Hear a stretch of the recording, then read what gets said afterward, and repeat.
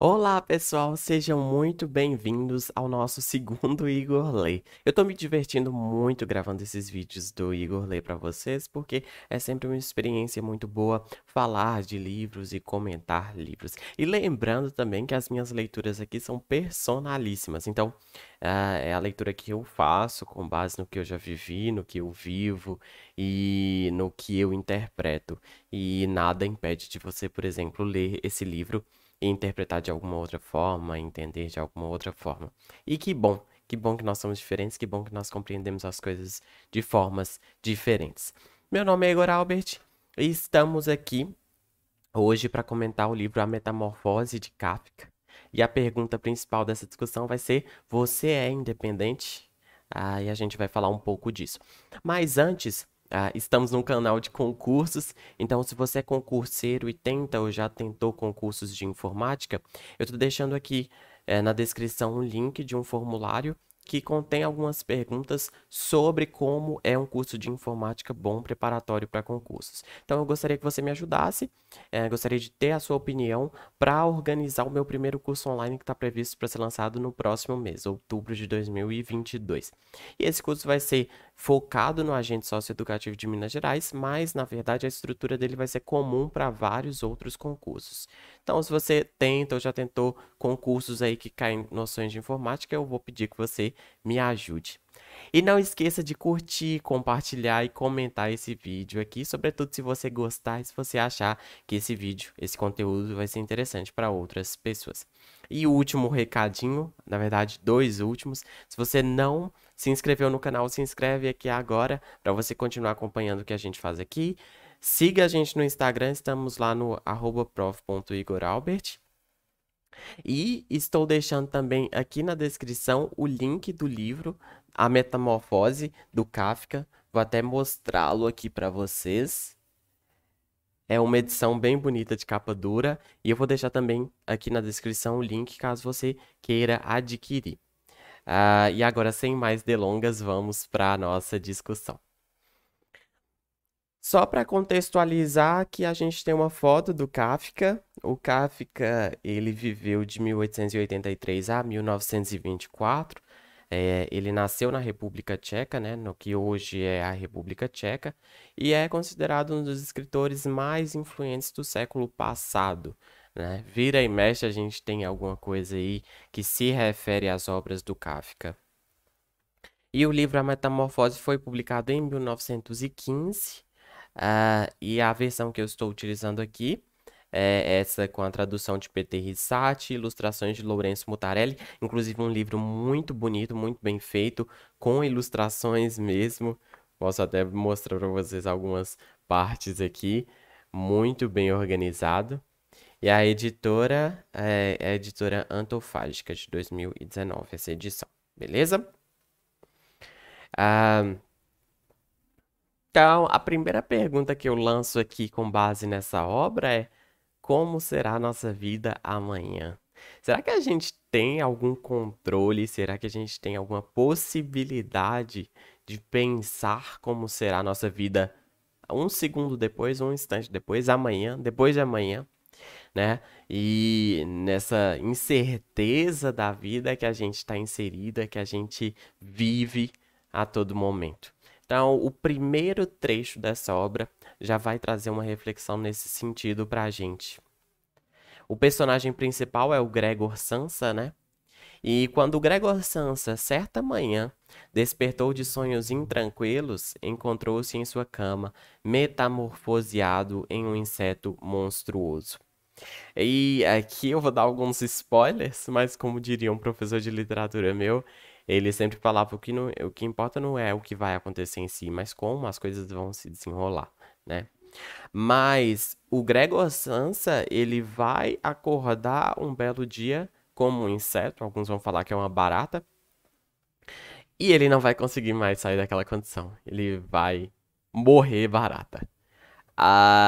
E caramba, beleza, a possibilidade de a gente nascer, acordar como um inseto é bem remota, mas não muito tempo atrás nós acordamos e de repente a gente não podia mais sair de casa, né?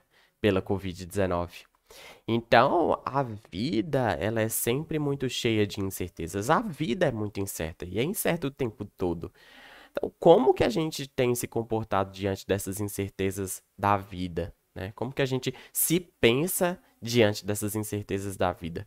Porque a gente não consegue definitivamente controlar tudo à nossa volta. E nessa pergunta, nesse pensamento de como temos vivido, né? O que temos feito de nossas vidas? É outro trecho que eu separei para vocês. Se eu não me contivesse por causa de meus pais, já teria me demitido havia muito. E iria até o chefe e lhe diria o que penso do fundo do coração. Então, ele acorda um inseto monstruoso, e é até engraçado porque, mesmo acordando o inseto, e claro, ali naquele momento aquilo era o maior problema que ele tinha, ele continuava pensando sobre o seu trabalho, né?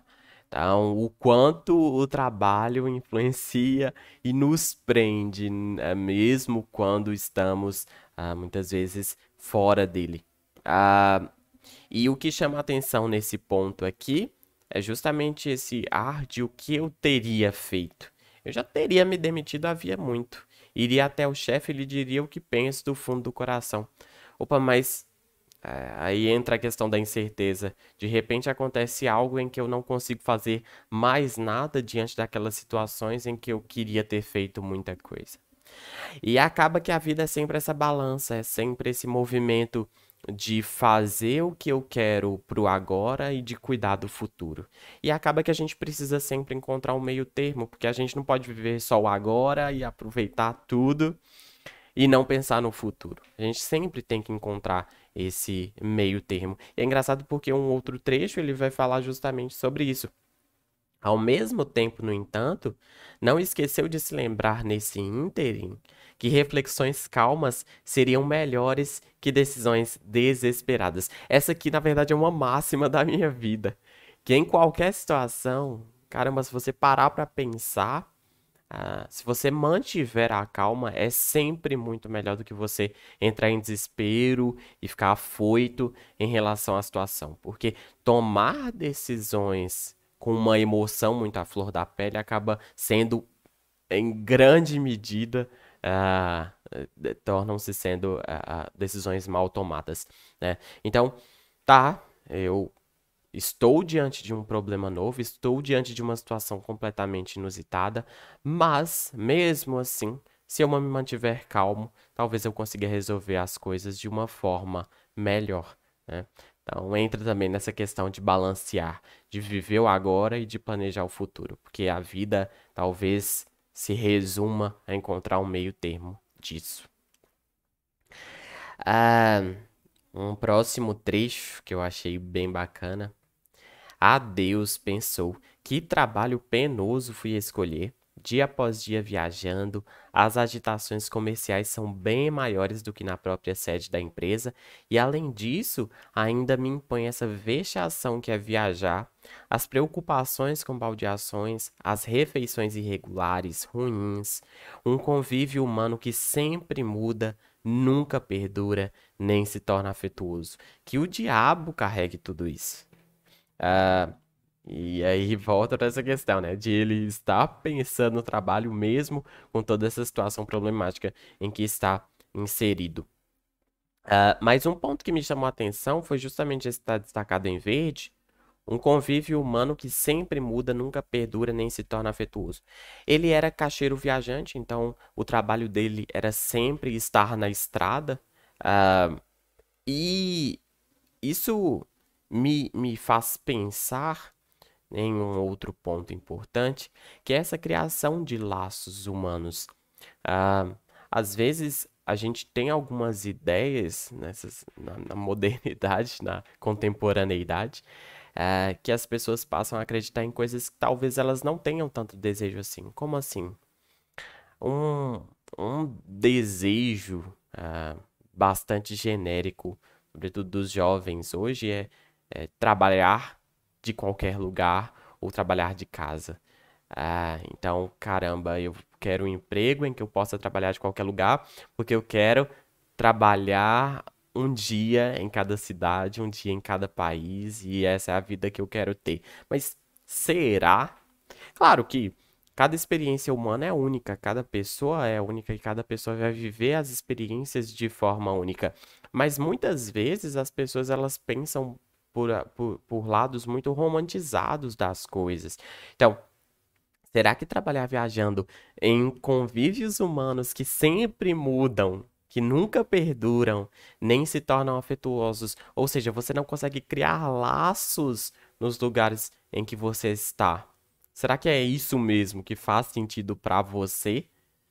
Essa talvez seja mais uma reflexão que a gente possa trazer aqui com base nesse trecho, né? Para algumas pessoas eu tenho certeza que sim, que faz sentido, mas para outras, quando elas param para pensar com mais calma, caramba, não é muito para mim, né? E tudo bem, porque nós somos únicos. Bora para um próximo trecho? E aí a pergunta que eu trouxe aqui pro título, você é independente? Porque hoje também a gente tem esse discurso, eu preciso ser independente, eu preciso viver de forma que eu consiga ser autossuficiente e não dependa absolutamente de ninguém. Isso não existe.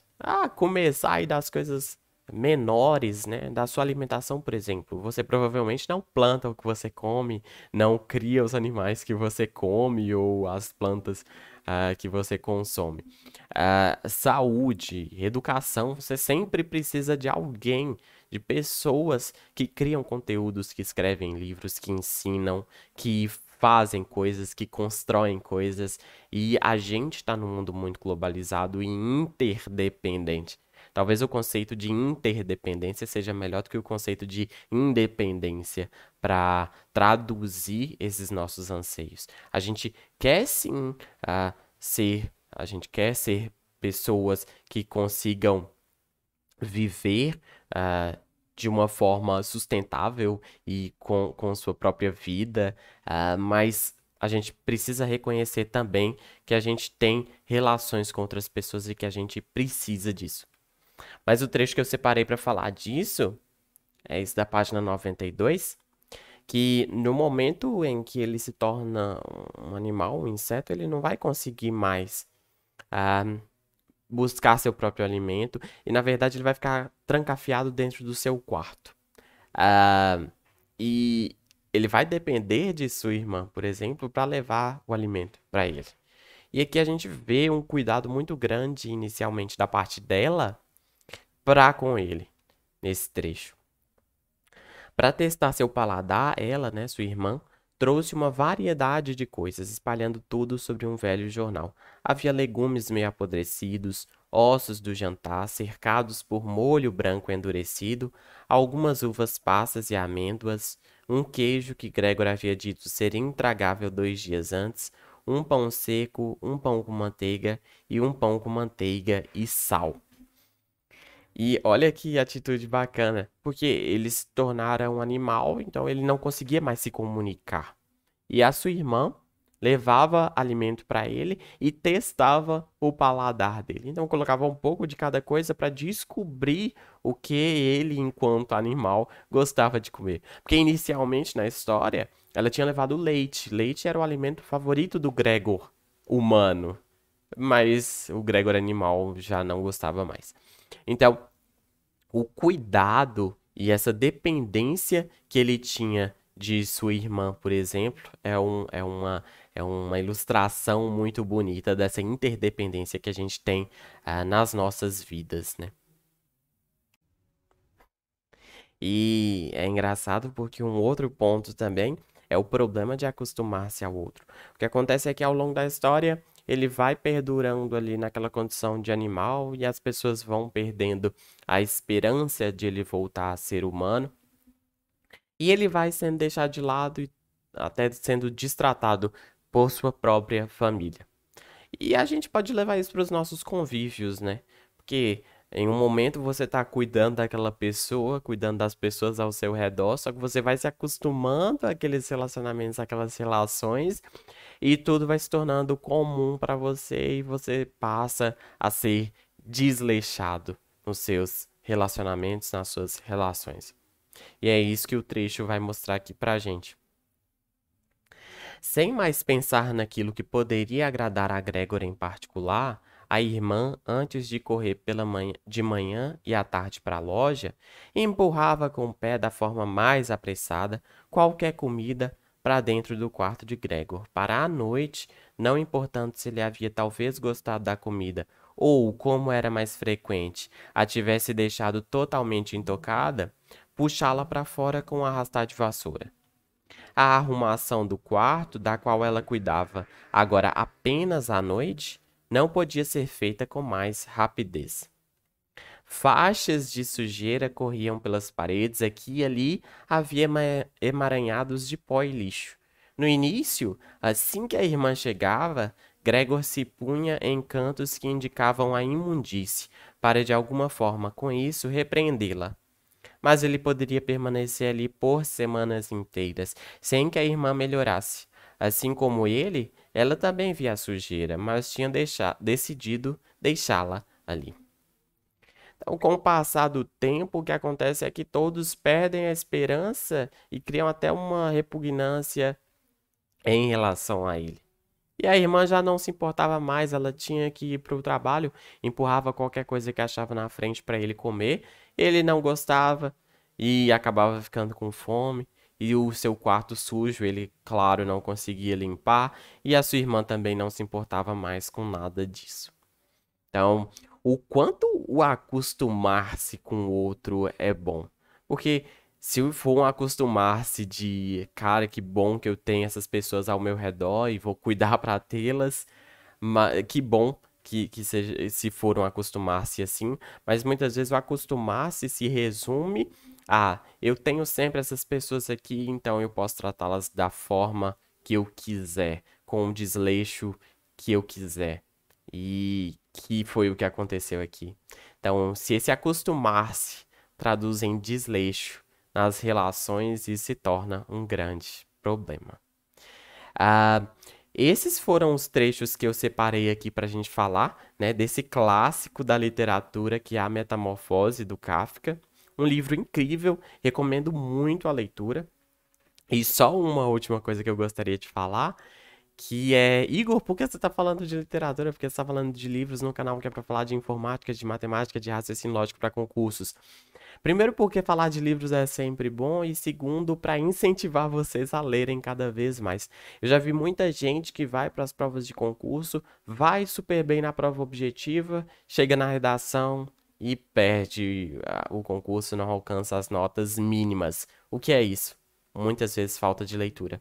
Então, ler, ter a capacidade de sentar, focar sua atenção em algo é sempre muito útil para a sua vida, para o seu trabalho, para os seus estudos. E conhecer histórias, praticar a língua é sempre, sempre, sempre muito bom para nós enquanto cidadãos e enquanto também concurseiros. É de um engrandecimento muito grande.